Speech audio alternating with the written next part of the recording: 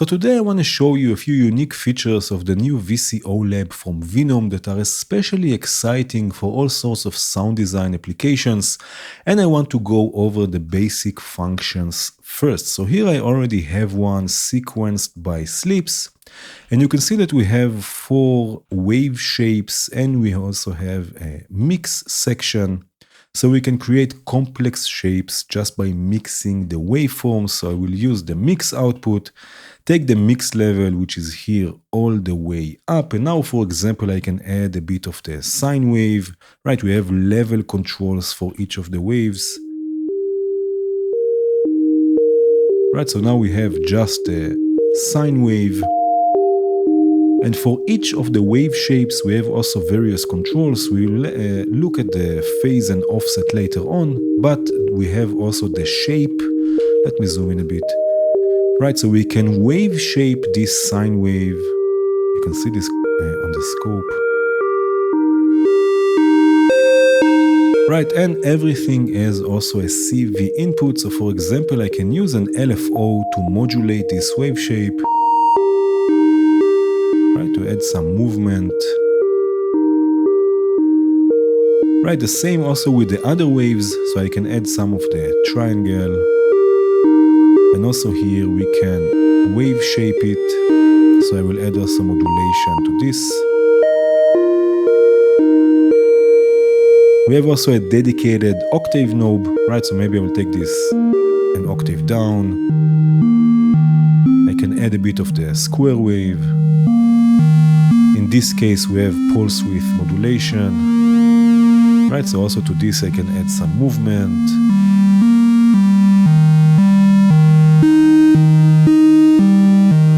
Right, and also the level controls have dedicated CV inputs and attenuverters. Right, so I can bring, for example, the square in and out. If I take it back to 0 and use an LFO, right now I can bring this square wave in and out of the mix.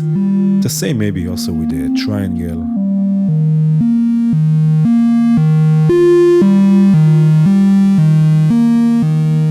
Right, so we have something full of movement. I will add some delay to this that I have here with a surge delay.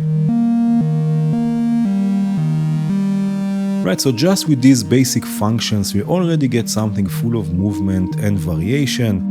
Here I have, for example, a nice bass drone. Right, again, I'm mixing a few of the waves. I'm adding modulation. There is some chorus and a filter.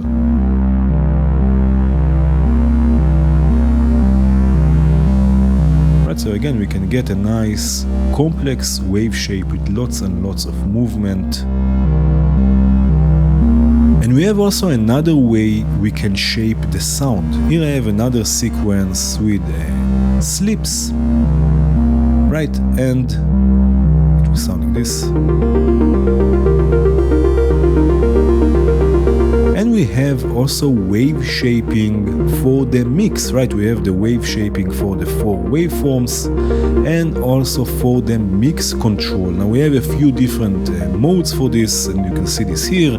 We can either click the button and change the modes, or we can right click this and then select what we want. So you can see we have first of all sum, so it will sum the levels or it will create an average of them. And we have saturation and wave folding, so we can add saturation to the whole mix. Maybe I will solo this for a second. Right, so again, this will shape the whole mix. In this case with saturation, or we can use also wave folding.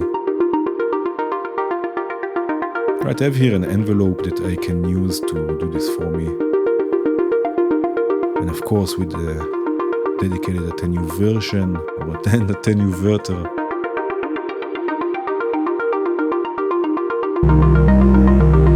Right, so lots of ways to add movement and variation just with these basic functions. Okay, so now let's have a look at the phase control, right? I have here a sequence with the ADDR sequencer. And for now, I'm just using the triangle wave directly. It will sound like this. Now we can use another wave to modulate the phase at audio rates, right? We have here the phase section. And basically we will get the same results as the so-called through zero linear FM, which is in many cases actually phase modulation. Right, so I will use the sine wave from the same module, right? I will cross modulate things here. Right, so I'm using the sine wave to modulate the phase, and now I can start adding modulation. Right, and you can hear the result we're getting. Right, an interesting sound. Now, one thing before we continue, this module works quite well with audio rate modulation. It has global oversampling, as you can see here. Again, if I right click this, we have the different options. But there is also oversampling for the individual CV inputs. So for example, if I right click this, we can see we can disable oversampling, which means that it's by default on, right? So you can freely modulate things at audio rates without worrying about aliasing or anything. Now, anyway, we can even add movement to the modulation amount, right? We can add modulation, and we can even add movement to this, because we have the individual level controls, which are basically VCAs, right? For each of the waves, including the mix, we have a CV input with an attenuverter. So actually we have voltage controlled attenuverters, right? So we can control the level of the modulation or the amplitude of the modulation. We have a few options here.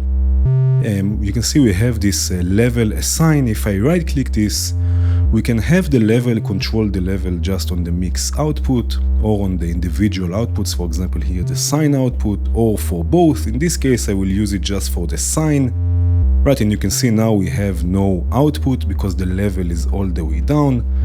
But if I take the modulation amount all the way up, now I can control the modulation amount with the level of the sine wave itself. And again, because this is basically a VCA, we can modulate this. So I have here an LFO with some rate modulation, so I'm also sequencing the rate of this LFO. So if I use this,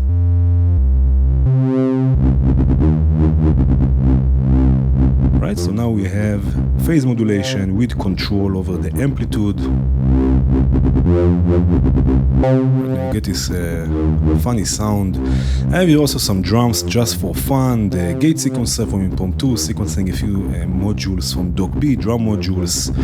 I'm mixing this into a formation, which is again from the same collection, from the Venom collection, which is a distortion, interesting wave shaper distortion with some modulation in this case. Right, and I have here also, I'm sending a copy of this wobbly sound to a bandpass filter with some modulation and a delay, just to add another layer. Right, and I have here another example of how we can use this. Right, again, I'm cross-modulating things here. You can see I'm using the mix output to control the phase or to modulate the phase of the sine wave. I'm using here other waves to control other phases, and I'm using envelopes to bring the modulation in and out, again via the VCAs, as you can see here. Right, to trigger the envelope, I'm using another module from this collection, the Rhythm Explorer. There is already a video about it if you're interested. Right, this is going again to a bandpass filter and some delay.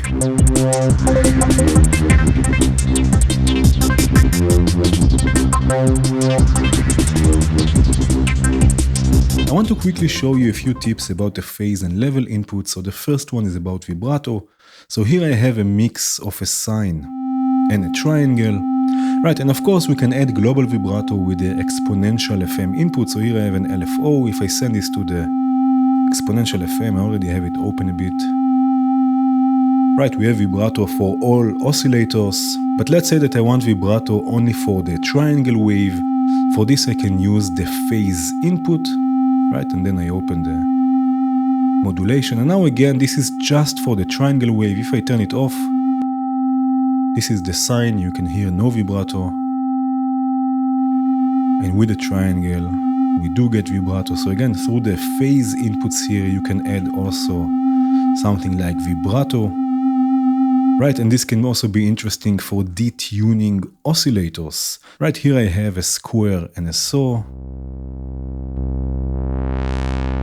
Right, and for now they are quite static, but I can add slow random modulation to add some drift to their pitch individually. I have the quad LFO that will output smooth random voltage again through the phase inputs, and I can add some detuning.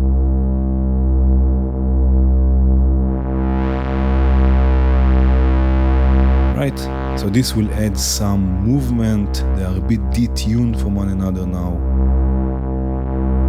We can also create sorts of sub-oscillator effects with the phase inputs. Here I have all waves mixed. Right, but let's say that I want, for example, that the square wave to sound like it's an octave down. So for this I can use, for example, an LFO, send this again to the phase input. Right, if I add this now, it's just like we've seen before, just vibrato. But I can tune this LFO to be an octave down from the main oscillator here, which will be the note C3. So if I right click the frequency and enter C3, now it's an octave down. Right, again without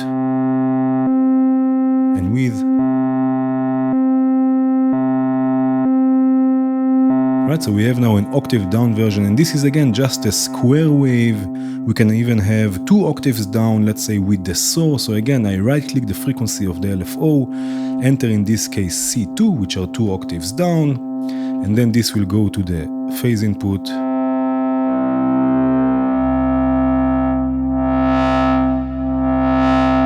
Right, and now we have some variation in pitch. Right, we can also detune the LFOs to get some nice movement. Right, listen to this. And there's another trick that allows you to get even an octave up. For this we will need a rising ramp, right, like I have here. Right, it's tuned already to C4, so again you right click and you enter C4, and then it's tuned to this note. This will go, let's say, to the triangle phase input. And now if I take this, let me mute this for a second, or solo this just. Now if I take the modulation amount to 40%, we get an octave up. Right? Without, with.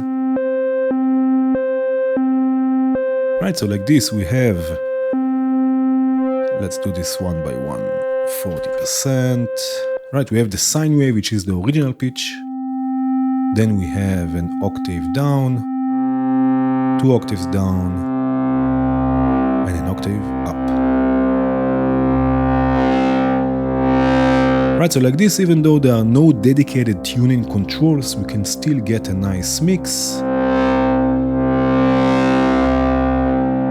And another tip is about ring modulation. As we've seen, there are dedicated level inputs or CV inputs with attenuators. Right, so we can also ring modulate each wave. Ring modulation is basically amplitude modulation, but with inversion, so with an attenuator. Right, so if, for example, I use a sine wave, right, to ring modulate the sine wave of the VCO Lab, right, we can right-click this CV input, and now there is a dedicated mode for ring modulation, as you can see here.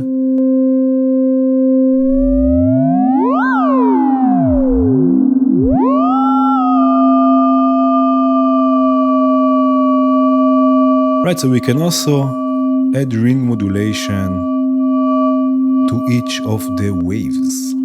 Another unique feature of the VCO Lab is the ability to produce one-shot waveforms, so only one cycle of the actual wave. We have again the frequency settings, right? So again, I can click it and change the mode, or I can right-click it, and then we have the different options. We have 3 modes for one-shot audio: triggered audio, re-triggered one-shot, or gated one-shot. I will go with the triggered one-shot. Now, each time we trigger the module via the sync input, right, this one here, it will produce one cycle of the wave. So if I connect a trigger and I trigger it once, right, you see we have one cycle here of the sine wave, the same with the triangle and so on. Right, so we get one cycle, we get one shot of this waveform. And this is really a fun sound design feature. Right here again, I have it set to the triggered audio one-shot. And I can use, for example, another VCO, right, an external VCO to trigger this at audio rates. And listen to what happens now. Right, we get one-shots at audio rates. Right, and now by changing the frequency here of the VCO Lab, we actually change the timbre. Right, you can see on the scope what's going on. Right, this is a bit similar to pulsar synthesis. And we can also get sorts of sub-harmonics by taking the frequency down.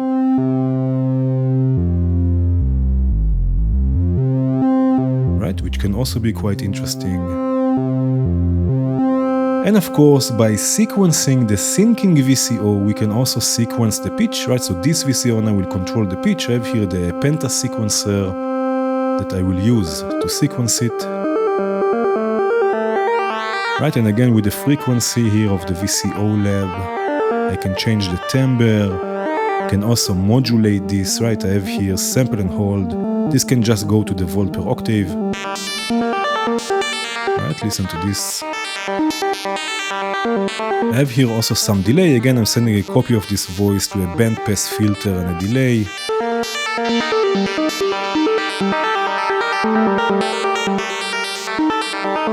Now, again, there is also the gated one-shot, which is also quite fun, because in this case, the pulse width of the incoming gate will also have effect on the sound, right? So if I have a drone, let me solo this for a second.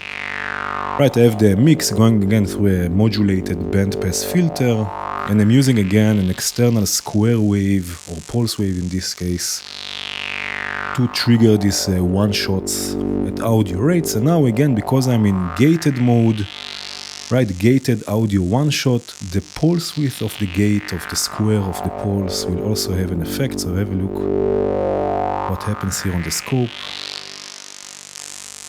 Right, I can again change the sound, and again I can modulate this via the PWM.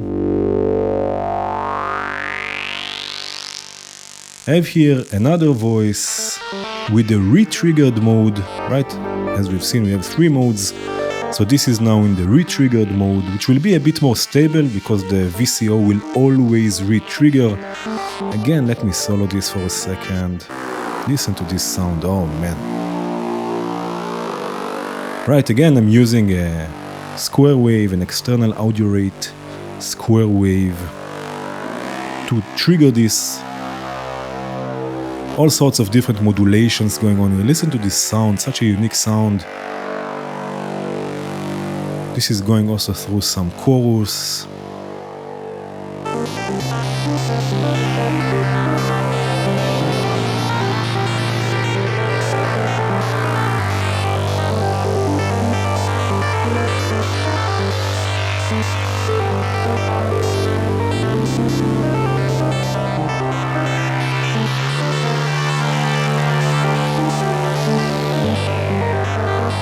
The next mode I want to show you is also quite unique. Here I have just a simple sine wave. And again, in the frequency menu, we have 0 Hz carrier. Right, let me reset here the scope. Now in this mode, we get true linear through 0 FM instead of phase modulation. And the VCO Lab needs an external signal to drive it through the linear FM input. Now in this case, I will use a sine wave from an external VCO, right? So I connect this to the linear FM. And now I can open the attenuator. And again, get interesting timbres. And we have now a few new options marked in red. So for example, we can change the FM range with the octave control, right? You can see this here.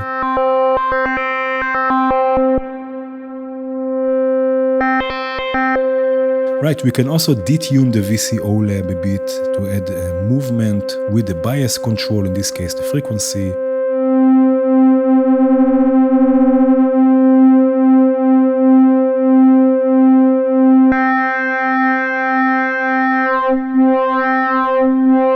Right, and we can also change the pitch, in this case with the modulator.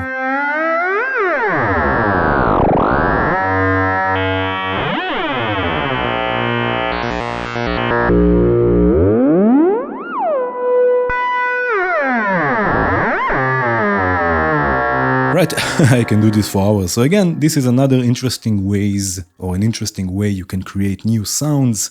And of course, the VCO Lab is also polyphonic. And also all inputs are polyphonic, also the linear FM, so we can create chords even in this 0 Hz mode. Here I'm doing just this with a note sequencer from JW. I have it set to 4 voices of polyphony.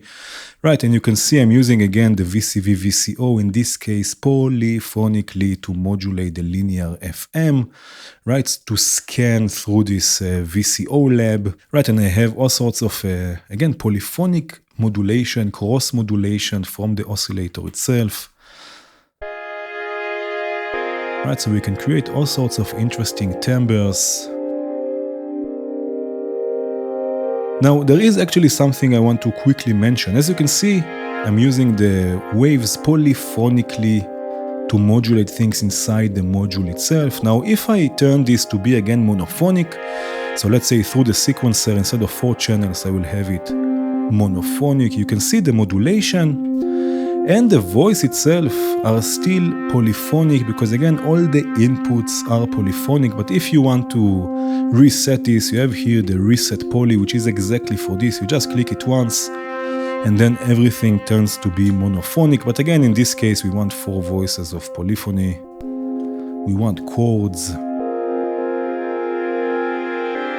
Right, I have here also a nice bass. In this case, I'm using 2 VCO Labs, one in this 0 Hz mode and once to modulate it, right, as a nice bass drone. You can see all sorts of different cross modulation from the waves, from the mix and so on.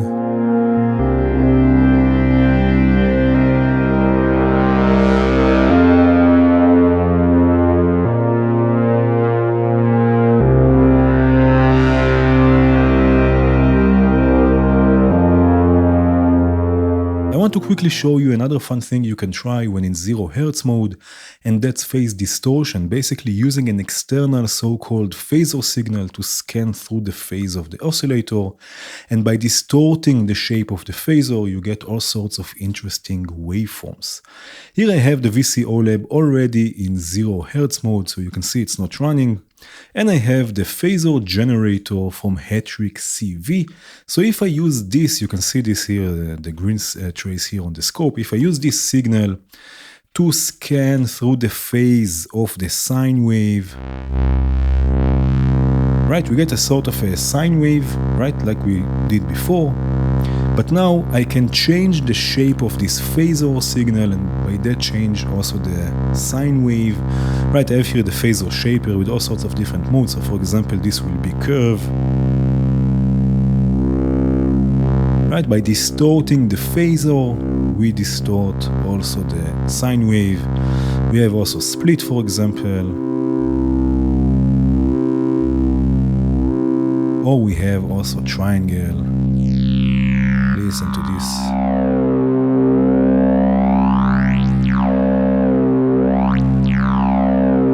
Right, so again, phase distortion is also something interesting you might want to explore. Now, I know this video is already quite long, but I want to show you the different LFO modes, which are also quite unique. So here I have one VCO Lab going through a filter, again as a sort of a drone. Right, with some internal phase modulation, as you can see here. And I have here another VCO Lab, right, that I will set again in the frequency settings. I will set to low frequency, which will turn this, as you can see, into an LFO, right, and for now I will use it to modulate the filter. Right, and again, already we have the different controls to create something a bit more unique, a complex modulation source. Right, for now it's just a sine wave. For example, I can mix also the saw wave. Right, and I can change their phase. Right, something like this, let's say. Right, I can change their shape.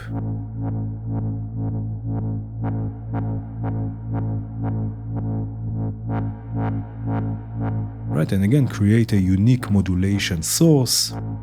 Right, but there are again also other modes for the LFOs. So as you can see, we have retriggered LFO one shot and gated LFO one shot. If I select, for example, the retriggered, again, it will wait for a trigger coming in the sync input. Right, so if I use, for example, a clock division to trigger this, right, we get now a one-shot LFO in rhythm with the clock. I can change the frequency here a bit.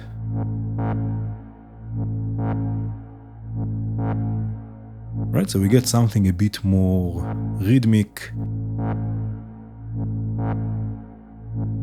We'll add some delay to this. Right, so we can create more rhythmic LFOs.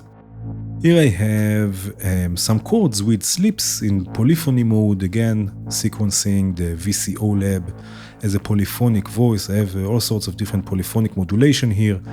This is going through a bandpass filter, and there's another layer with some delay.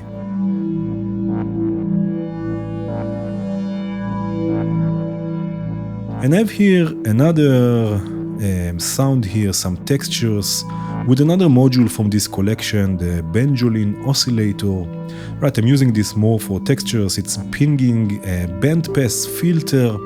Right, and again, I'm using one VCO Lab as a complex modulation source with the LFO. Right, let me unmute this.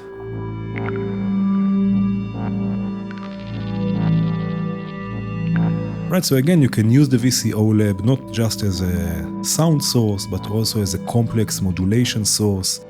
Really fun to create all sorts of cross modulations within the module itself. Of course, you can bring in other modules to the mix. Right, and there is a lot more to explore. I hope you enjoyed this video. Cheers!